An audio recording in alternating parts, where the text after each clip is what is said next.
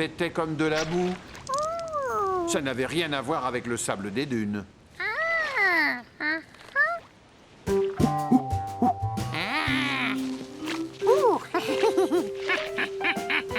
C'est vrai que c'était beaucoup mieux pour construire son château.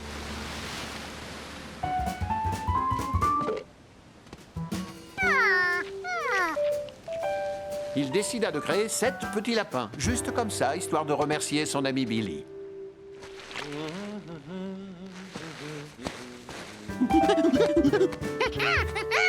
Ne regarde pas, je n'ai pas encore fini.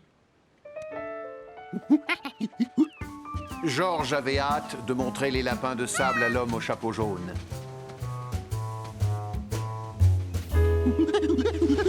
Ils avaient disparu.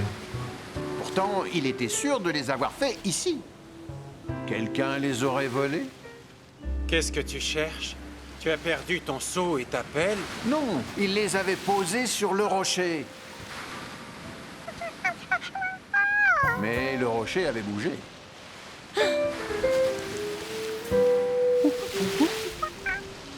Tout à l'heure, le rocher était hors de l'eau. Tu sais ce qui s'est passé? C'est la marée qui a monté. Ce n'est pas le rocher qui a changé de place, mais la mer qui a avancé. Et à marée haute, elle va arriver jusqu'aux dunes.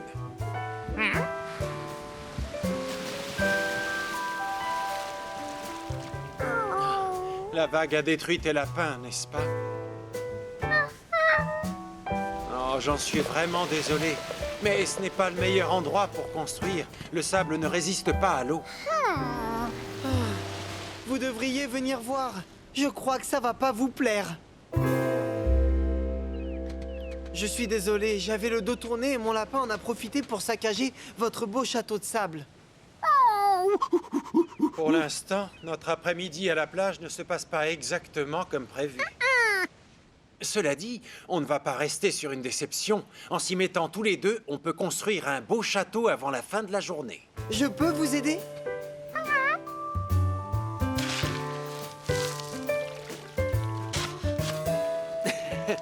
Vas-y, fais comme moi.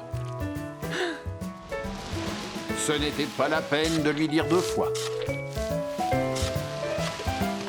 Et quand tu auras rempli ton seau de sable mouillé, tu iras faire un pâté près des dunes. Comme ça, il ne sera pas détruit par les vagues.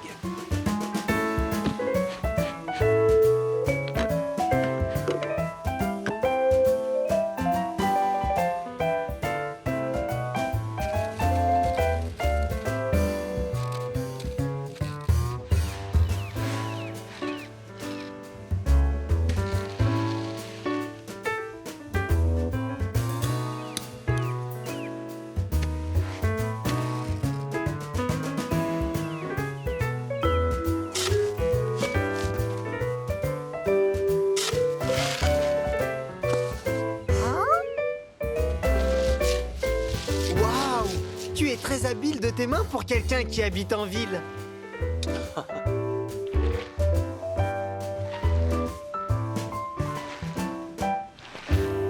Sans vouloir se vanter, on a fait du bon travail.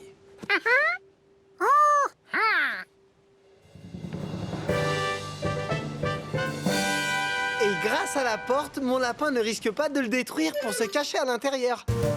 Oh! Déjà, il va falloir rentrer. On va tout ranger dans le coffre pour éviter que les banquettes ne soient pleines de sable.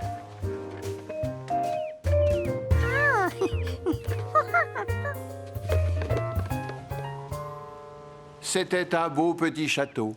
Mais George n'avait pas abandonné l'idée d'en avoir un beaucoup plus grand.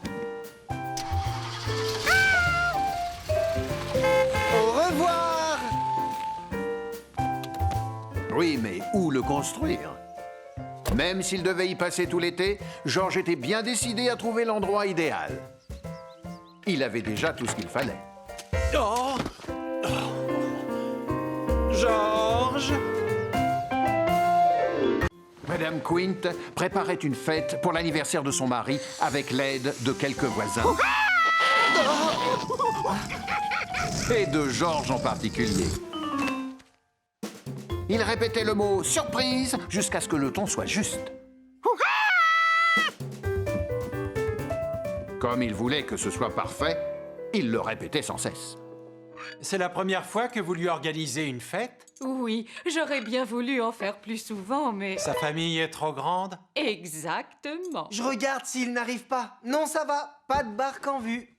Ce n'est pas la peine de surveiller maintenant, Billy. Il ne reviendra pas avant au moins 2 heures.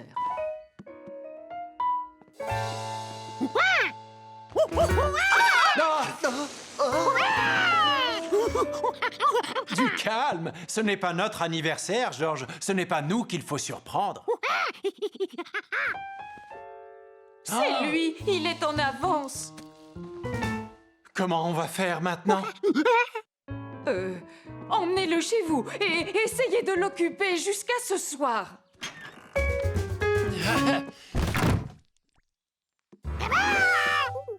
Pas encore, George. En voilà une bonne surprise.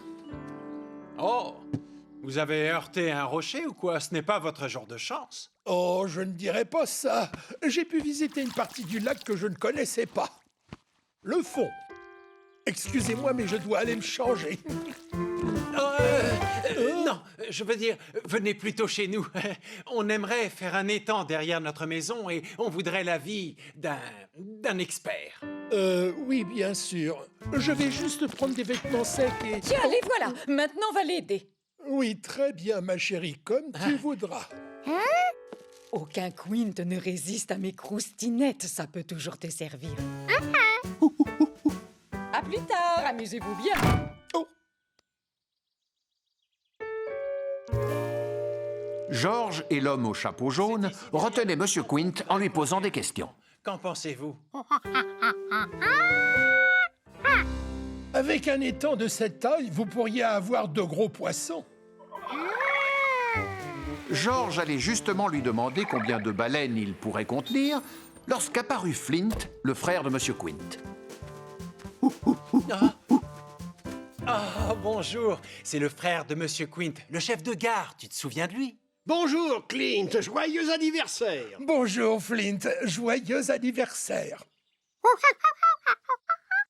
Tu ne savais pas qu'ils étaient nés le même jour? Attention, Flint, lui non plus, ne doit pas savoir qu'il y a une fête, d'accord? C'étaient des jumeaux. George n'avait pas une, mais 2 personnes à surprendre. Ça, c'était une bonne nouvelle.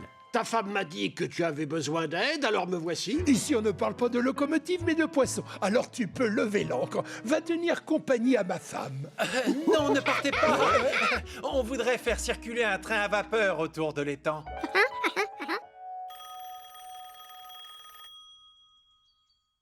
Je reviens tout de suite.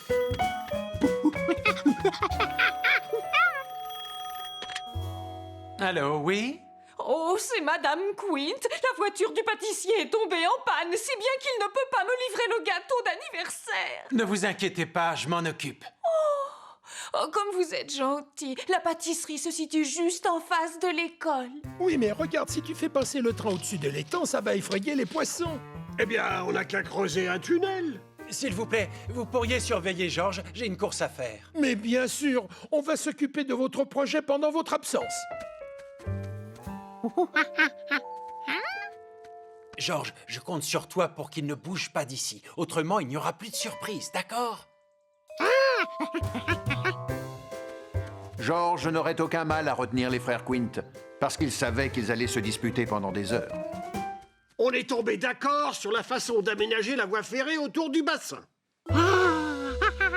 Nous allons tous aller chez moi pour que nous puissions dessiner les plans. Oh là là, surtout pas. Et la surprise alors?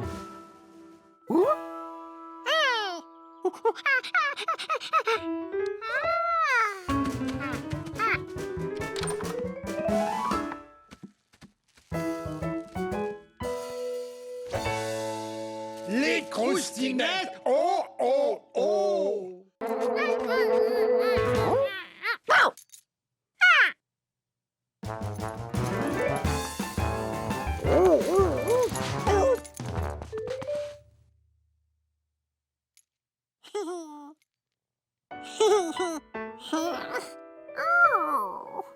Mais Mais le manque de pratique lui fit réaliser qu'il devait apporter quelques petits aménagements pour être un vrai chien.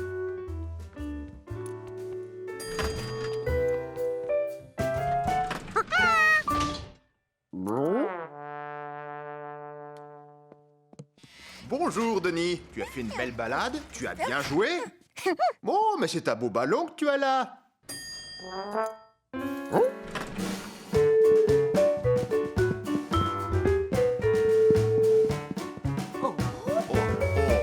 Quel drôle d'animal! Vous savez ce que c'est? Mon cher Gaspard, je pense que nous avons 2 chiens dans l'immeuble aujourd'hui. Que penses-tu de lui?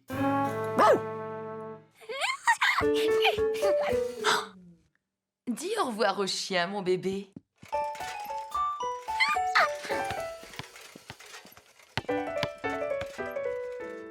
Mais Gaspard tenait sa place dans l'immeuble. Et il avait des années de métier derrière lui, un vrai professionnel. Oh, merci beaucoup. Regarde, Denis, Gaspard a rattrapé ton ballon. Bravo, le chien. Georges rêvait de devenir un bon chien lui aussi, à l'image de son nouveau héros, Gaspard. Retenez l'ascenseur.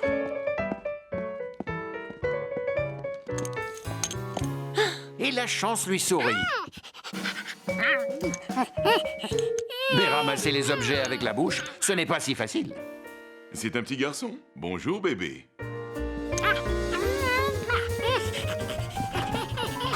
Merci. C'était un chien. Merci, le chien. Gaspard n'en croyait pas ses yeux. Oh, c'est épuisant une vie de chien. Qui l'aurait cru? Livraison! Ça a l'air important. Je vais aller le remettre tout de suite. Au revoir! Allez, venez avec moi, les chiens.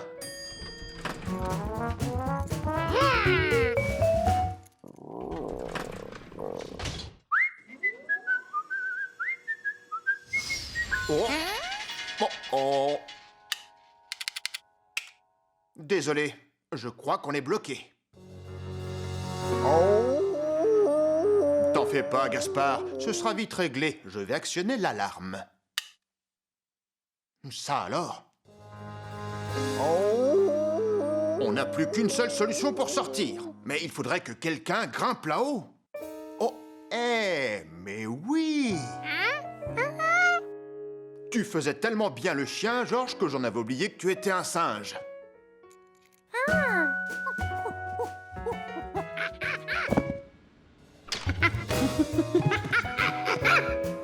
Et pour un singe, grimper partout, c'était un jeu d'enfant.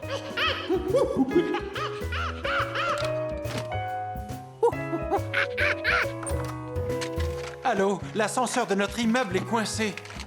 Ce n'est pas pour rien qu'on dit malin comme un singe.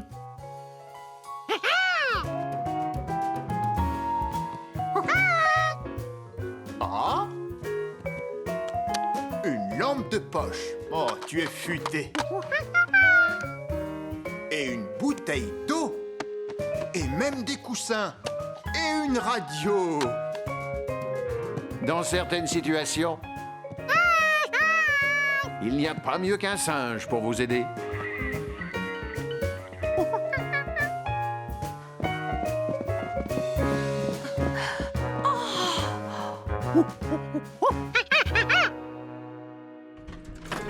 Ah! Georges! Merci. Tu es notre sauveur. Même Gaspard était impressionné par l'habileté et l'intelligence de Georges. Qui sait? Peut-être qu'un jour, il ferait un bon chien. Mais Georges n'avait plus envie d'être un chien. Tout ce qu'il voulait, c'était prendre un bain, se brosser les dents et aller se coucher dans sa belle chambre bien rangée.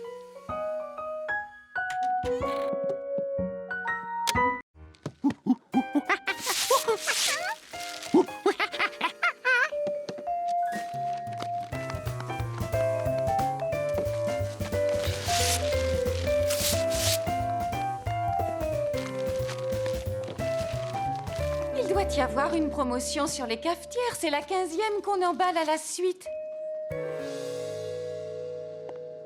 Enfin te voilà. Je t'ai cherché dans tout le magasin. Quel dommage que Georges ait un pantalon à rapporter. Il aurait bien voulu continuer à déballer les cadeaux.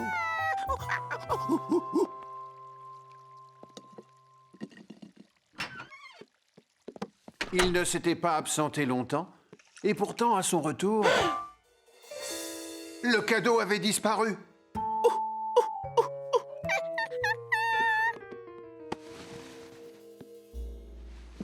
Merci, mon petit Georges, tu es adorable.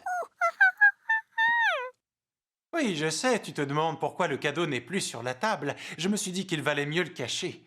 Comme ça, tu n'y penseras plus. Au contraire, ça l'avait rendu encore plus curieux.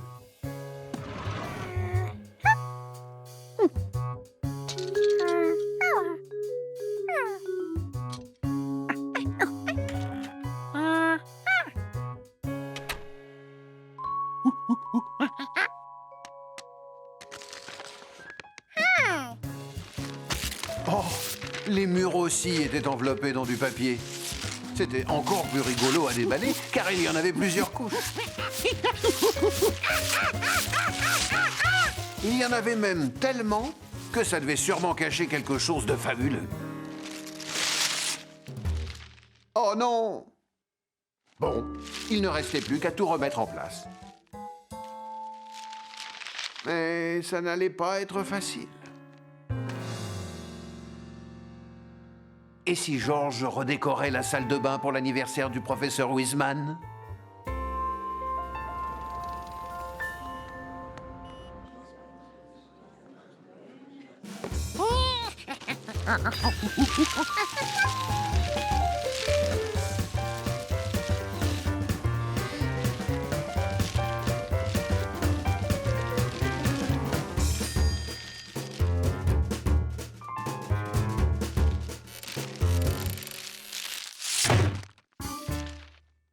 Est-ce que c'est toi, Georges?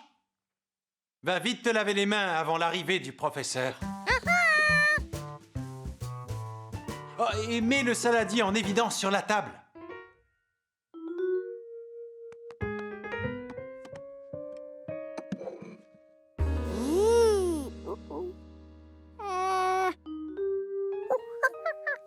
Non, non, non, tu ne vas pas t'en tirer comme ça. Regarde tes mains. Elles sont encore toutes collantes. Tu ne peux pas... Oh, oh, oh, oh, oh. Qu'est-ce que tu as encore fait? Oh, voilà le professeur Wiseman. Aide-moi à ranger tout ça.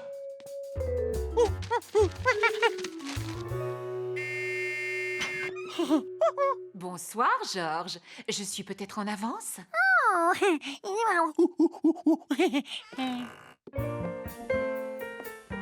J'arrive tout de suite. Il y a des fruits sur la table. Servez-vous. Avec plaisir. C'est une espèce de banane orange. Et je suppose que ça pousse sur les bananes orangées. C'est intéressant. Je vais en planter un dans mon jardin. Excusez-moi, professeur, Oh. Bon anniversaire de notre part à tous les deux. Oh, il ne fallait pas, voyons. Georges, veux-tu m'aider à l'ouvrir?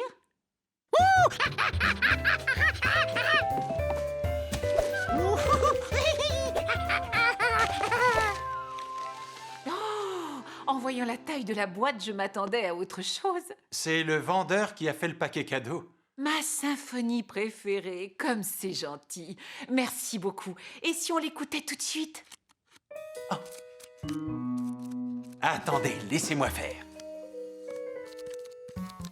Georges pouvait manger un fruit tranquillement. Il savait qu'ils allaient mettre du temps à retirer l'emballage.